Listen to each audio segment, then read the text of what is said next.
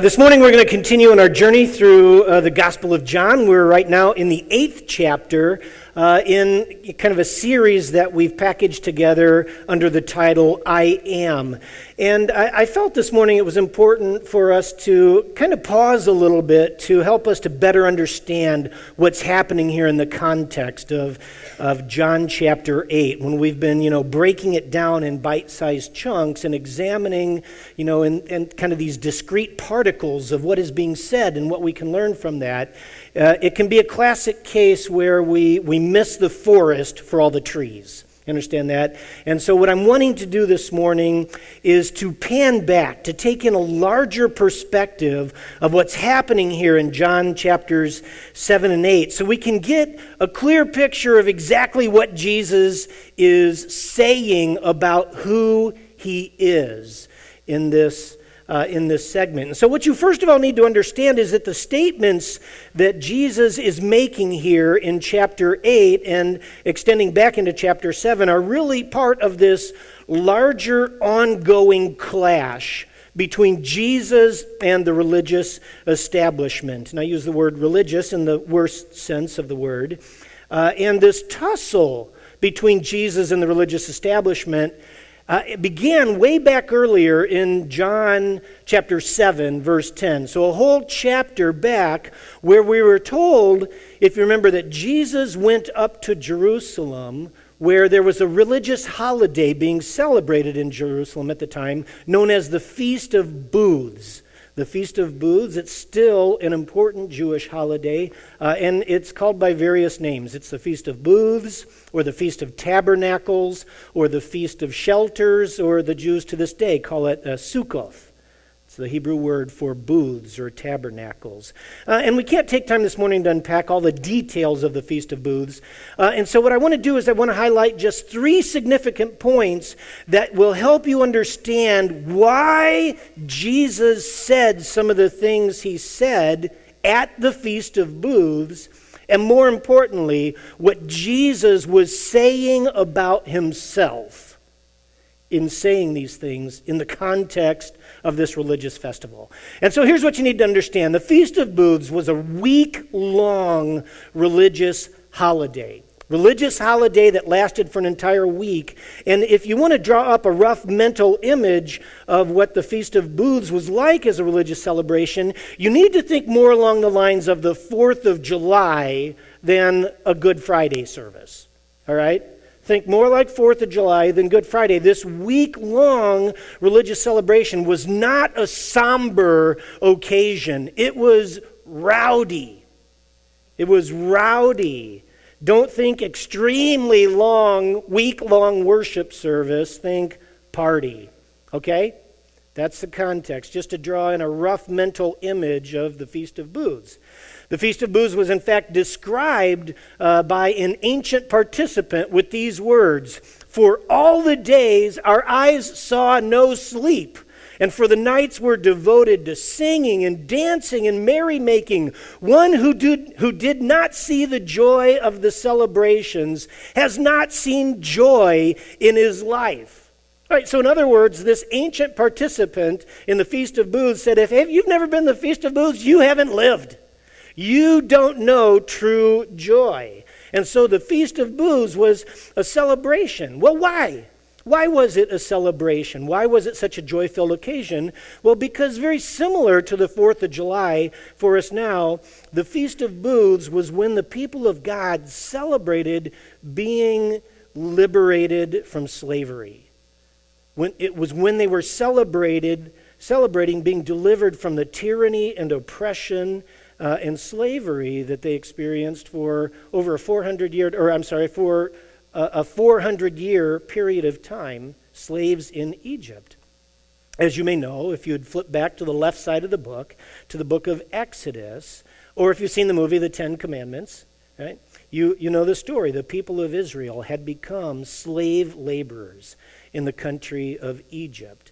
And God took notice of the plight of his people, and he raised up a leader named Moses that God would use to deliver his people out of slavery. But moreover, during this Exodus event, You can read about it in the book of Exodus. God himself personally and literally showed up and delivered and showed his powerful hand and his powerful presence in this Exodus event. And so this is where then we need to take a little field trip, and we're going to take several field trips over the course of this morning. We're going to take a field trip back to the book of Exodus where God revealed himself to Moses, and we have to take this field trip in order to connect with the Feast of Booths, Jesus there, in John 7 and 8. All right, so we're going back several thousand years. Exodus chapter 3, Moses is out in the middle of nowhere tending a flock of sheep, and God appears to him in a, do you remember? In a bush that's burning, a bush that is utterly engulfed in flames, bright, hot, burning flames, but the bush, oddly enough, was not being consumed by the fire of God. And so this was a God thing. This was a big-time God thing that Moses was experiencing. And we're told that God spoke to Moses out of the burning light. And this is where we pick up in Exodus 3:7. Then the Lord told Moses, I have certainly seen the oppression of my people in Egypt, and I've heard their cries of distress because of their harsh slave drivers. Yes, I am aware of their suffering. I love that. We could just go on a tangent right there. A God who sees and hears and is aware and shows up to do something about it. Yeah, that's another sermon. That'll preach. So God says, verse 8, so I have come down to rescue them from the power of the Egyptians and to lead them out of Egypt into their own fertile and spacious land. Look, the cry of the people of Israel has reached me, and I have seen how harshly the Egyptians abuse them. Now go, Moses, for I am sending you to Pharaoh, and you must lead my people Israel out of Egypt. So jump down verse 13. But Moses protested, well, if I go to the people of Israel and tell them, the God of your ancestors has sent me to you, they will ask me, well, what's his name? It's been 400 years, all right? They maybe have forgotten, Egypt had this like pantheon of hundreds of gods, maybe thousands of gods that they worship. After 400 years, it's quite possible, Moses is thinking, they don't know who you mean. Who sent you? So what's his name? And Moses is like, what should I tell him? Verse 14, God replies to Moses, I am who I am. Well, that's an odd answer. I am who I am. Say this to the people of Israel, I am sent me to you. Well, what's that all about? How in the world was that an answer to Moses' question? Well, by revealing himself as I am. It was really just the verb of being. We might translate it roughly today, I be. Who sent you? I be. Kind of sounds more like Ebonics than English, doesn't it, right?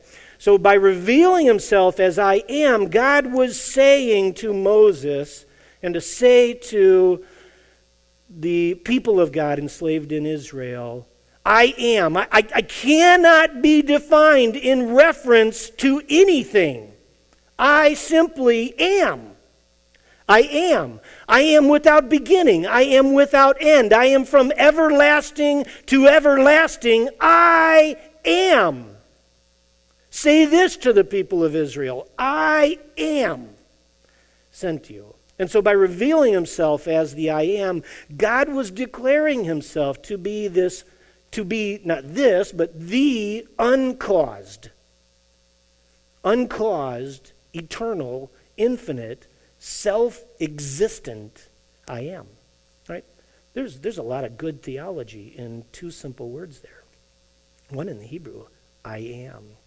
Well, there's more actually that we're going to say about this self-description I am in a couple weeks. At the end of chapter 8, we're going to revisit this. But for the sake of today, for the sake of understanding Jesus' discourse at the Feast of Booths in John 7 and 8, I just want you to tuck away the significant point that during the Feast of Booths, during this religious holiday, the people of God were celebrating the fact that God appeared to them as this flaming fire and revealed himself to them as the incomparably great, infinite I am who would set them free from bondage. All right? The I am. We are celebrating the I am who frees us from bondage in the Feast of Booths. Got it? I am. All right. Here's the second significant point that you need to tuck away to understand the Feast of Booths and why Jesus said what he said. During the Feast of Booths, the people of God were also celebrating the fact that God, the great incomparable I am, actually guided them and protected them as they journeyed from slavery into the land of promise. And God guided them and protected them as a pillar of fire at night in the desert and a pillar of cloud during the day. And so this same I am who appeared to Moses as a flaming fire in a burning bush, appeared then to his people as he led them out of slavery in this Exodus event as a directing and protecting pillar of light. A pillar of light, a bright flaming fire. All right? And so we see this if we take another field trip then back to Exodus 13, picking up in verse 21.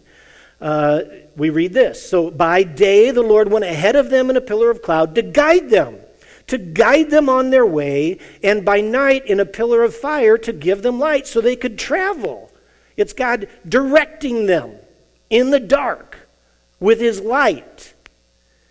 Could travel by day or night, and neither the pillar of cloud by day nor the pillar of fire by night left its place in front of the people. And so the Lord guided his people through the darkness of the unknown desert wilderness by night as this pillar of flaming fire is pictured here from this 10 Commandments. I think they did a good job of imagining what that might have looked like. And so in God's bright flaming presence not only provided them with direction, but also protection from the cold of the desert nights. It gets freezing there. You can freeze to death. God provided warmth with his burning light presence. And then also, we read in the book of Exodus that God also positioned himself in this pillar of fire to protect them from enemies. Right? So protection and guidance.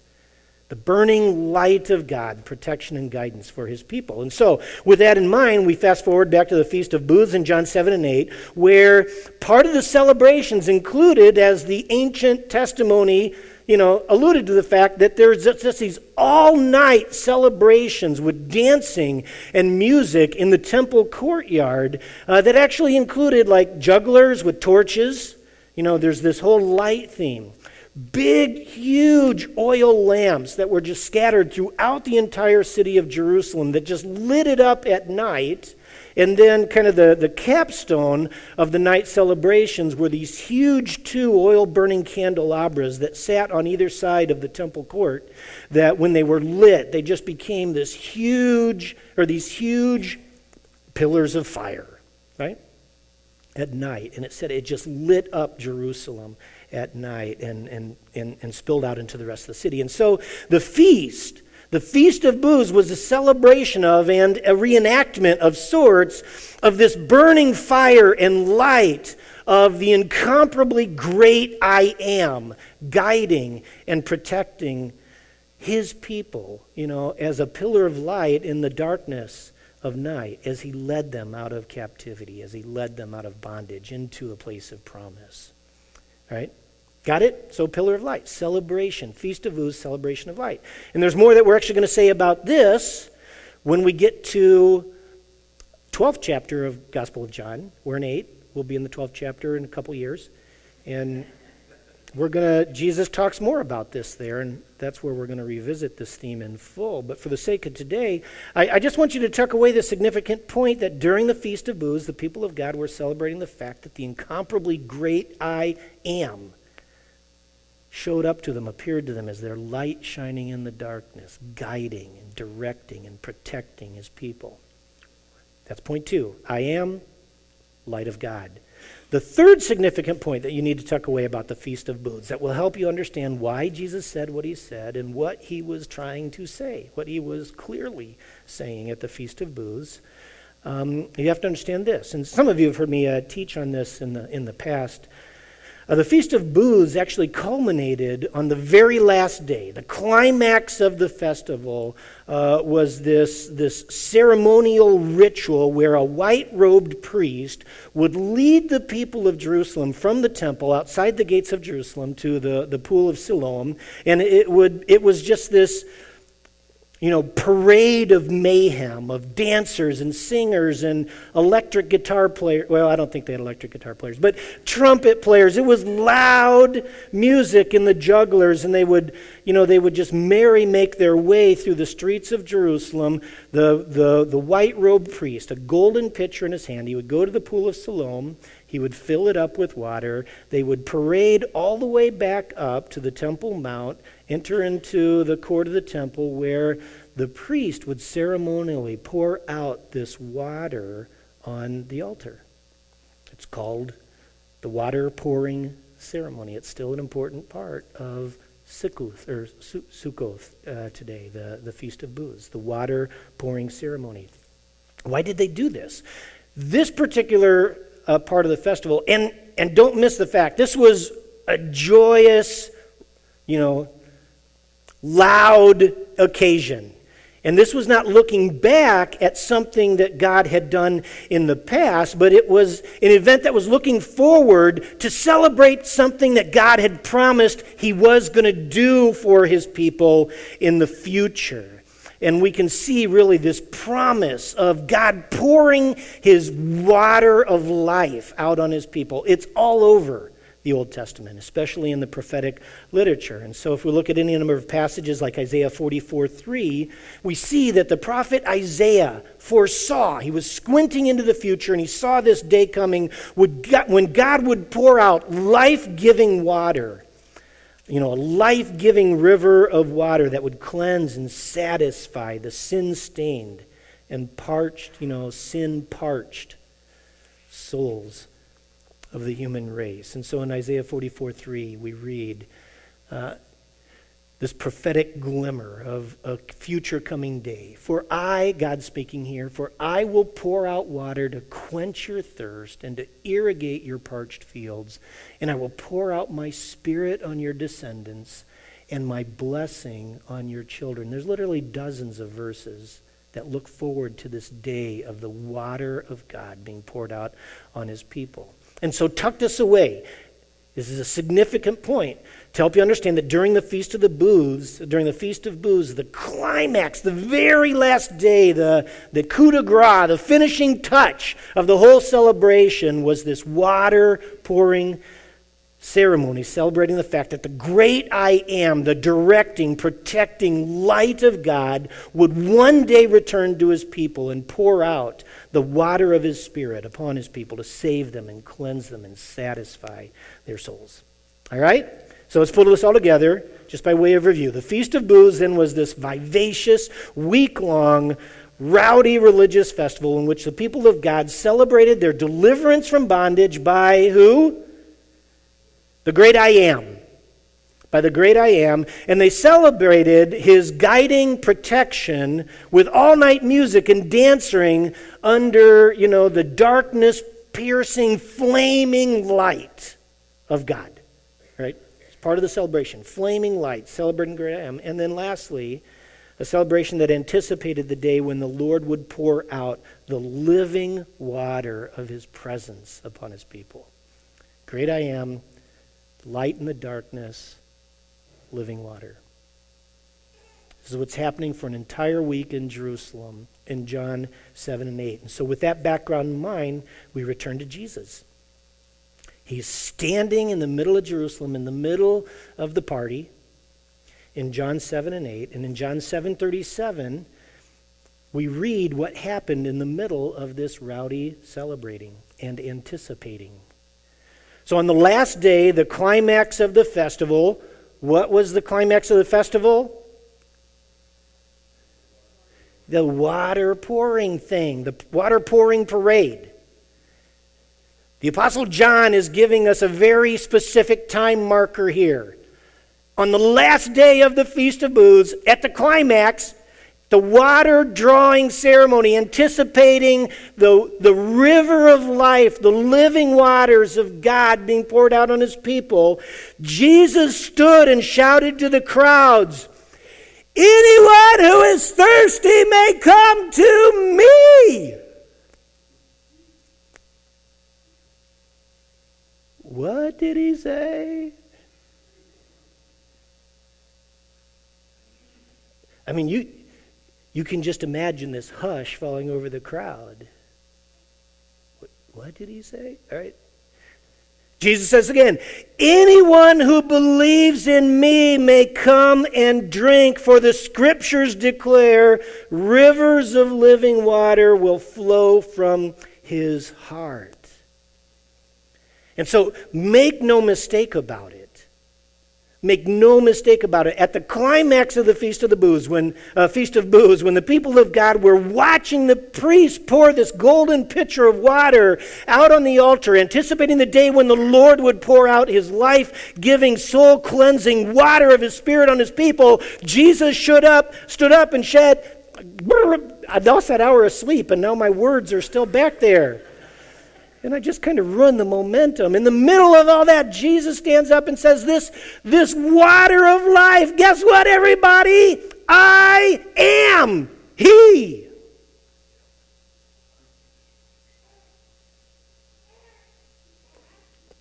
I am the living water.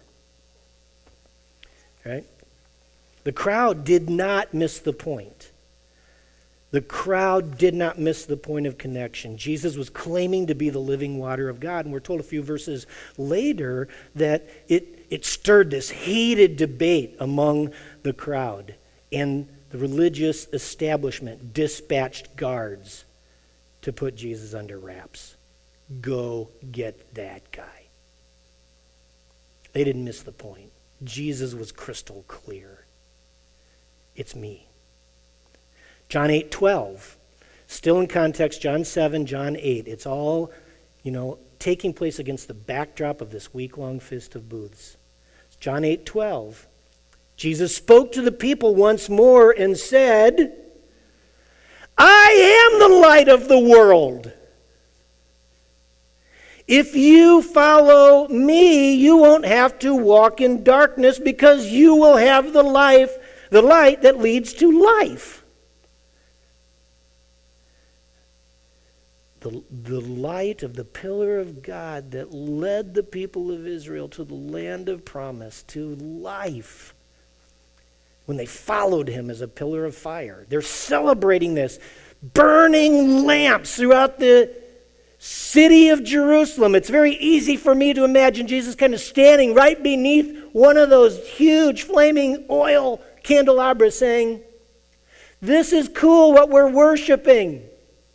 It's me, by the way. I am the light of the world. And he who follows me will not walk in darkness, but will be led to the land of life and promise." You see what Jesus is doing here? He's going right down the order of worship at the Feast of Booths. And he's saying, yep, that's pointing to me. Pointing to me. All right? Make no mistake about it. At this climax of the Feast of the Booths, after the people of God had spent an entire week dancing and singing and celebrating the fire of the great I am, the light of the great I am, illuminating their darkness, Jesus stood up and shouted, "Hey, folks, guess what? I am the light of the world. It's me." One more point of connection, then, that we need to understand. There's more in this particular radical claim. Here in this just radical claim that Jesus is making, there is actually embedded an even more radical claim. And that's actually lost in our English translations of the New Testament. When Jesus said, "I am the light of the world," Jesus actually used a somewhat unusual grammatical construction, meaning he kind of used the wrong words when he said it. You understand what I'm saying? He didn't quite say it right when he said, I am the light of the world. And so it would have sounded to the listener's ears kind of like it's spelled here. I am. I be the light of the world. And so the listeners at the Feast of Booths would again found themselves getting really quiet and thinking to themselves, did he just say what I thought he said?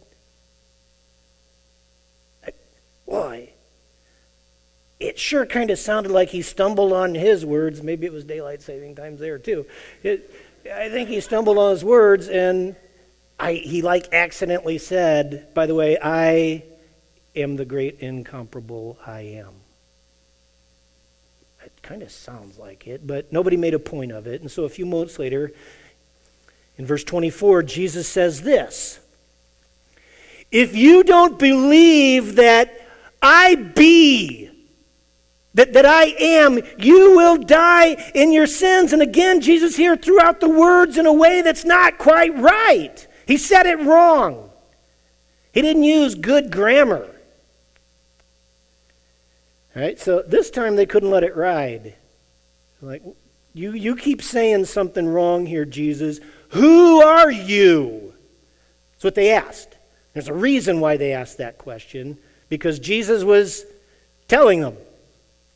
Who are you? They demanded of Jesus. And after a little bit more banter, Jesus says this in verse 28, when you have lifted up the Son of Man on the cross, then you will know that I be. He said it wrong again. He said it completely wrong. Clearly wasn't lost, because we're told in the a verse or two later said that many who heard Jesus say these things believed. They got it. They got what Jesus was saying about himself. But the fracas with Jesus continued for others. The fracas continued for some time. And Jesus' persistence in using this strange, bad grammar construct, that sounds like he's quite possibly trying to insinuate that he's the uncaused, eternal, infinite, without beginning, without end, from everlasting to everlasting, incomparably great I am. They just can't escape that. Sure seems to be what he's trying to say. So they pin him down. They pin him down towards the end of chapter 8, towards the end of this discourse. With the words, how can you say what you are saying? You're not even 50 years old. You're not even 50. You're not even close to being eternal. Those of us who are around that age feel like we're eternal. All right? But they're saying to Jesus, no. You're not even 50. How can you be saying, I am? And so Jesus then answers and removes all doubt about what he's saying. In verse 58, he says, very truly I tell you, before Abraham was born, I am. And he said it again. The wrong words. Bad grammar. I be. All right, who's Abraham? Abraham was the patriarch of the people of Israel who predated Moses by, 1,000 years? So Jesus is very clearly at the Feast of Booths, where the people of God are celebrating that the great I Am rescued them from bondage. Jesus stands up there and says, I am. I be. What? You're not even 50. Oh, 1,000 years before what happened 1,000 years ago? So before Moses by 1,000 years. Before that, before Abraham was even born. I be. All right. The religious leaders did not miss Jesus' point, and we're told that they picked up rocks to kill Jesus. That's the prescribed method of killing a blasphemer. They knew exactly what Jesus was saying. So, pulling this all together, what I wanted you to see this morning is we kind of backed away from the particulars of the dialogue. Just an overview, what I wanted you to see in this scene that transpires across John chapter 7 and 8 at the Feast of Booths, Jesus just goes right down the list, as I said a moment ago, of the order of worship. Goes through the worship service and says, yep, that's me, that's me, that's me. I am the very God you are celebrating right now. I am the light of the world that directs and protects you through the dry and dark wilderness. I am He. I am the living water that saves and satisfies and cleanses and refreshes. I am He. The uncaused, eternal, infinite, without beginning, without end, from everlasting to everlasting, incomparably great I be. I am. I am He. Make no mistake about it. Jesus, in no uncertain terms, at the Feast of Booths in John 7 and 8, claimed He was God. A very simple take-home point here for you. If you're here and you're not clear on whether or not Jesus claimed to be God. Right here it is, John 7 and 8. And we've already seen in previous chapters, Jesus did the same thing. He put cards on the table. There was nothing ambiguous about Jesus' claims. There's nothing vague about Jesus' claims.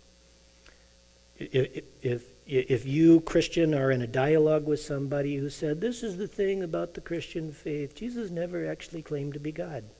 So, well, let's walk through John 7 and 8. He said it, and he said it again, and he said it again, and again, and again, and again, and the people got it. The people knew what Jesus was saying. Why? They wanted to kill him for being a blasphemer. All right.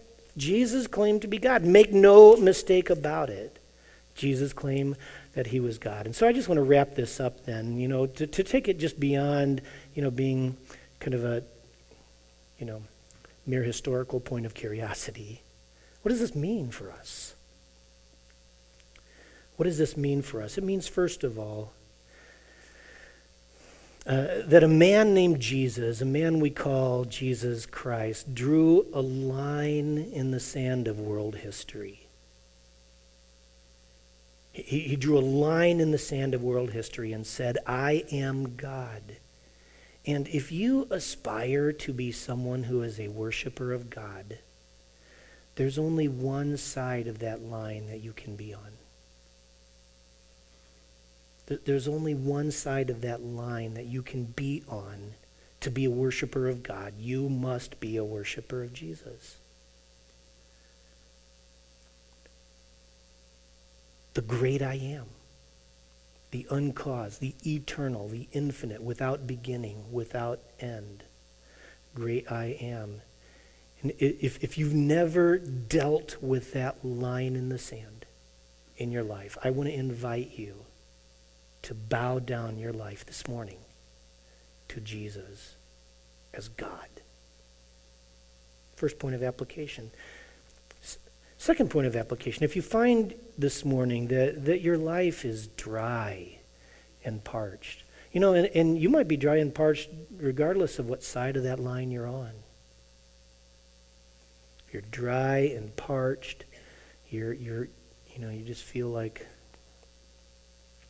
this desert wilderness. Nothing is growing in the soil of your heart, and you just feel dirty and dusty and stained.